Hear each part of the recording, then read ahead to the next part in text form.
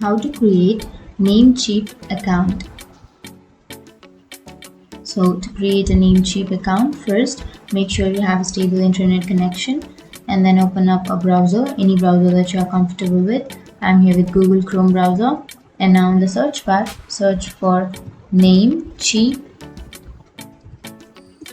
and now on the first search you will have www.namecheap.com. Click on that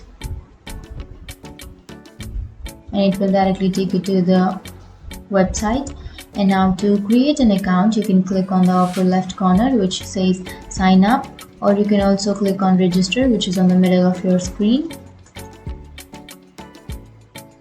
And now to create an account, first you have to enter your username, and after entering your username, enter your password or create your password.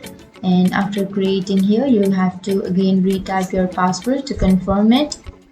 And after creating your password, on the next you have to enter your first and then your last name. And after that, scroll down and now you have to enter your email address. So after entering all of this information, you can click on create account and continue. And that's it. That's how you create your account. And if you have any questions, feel free to comment below. Thanks for watching.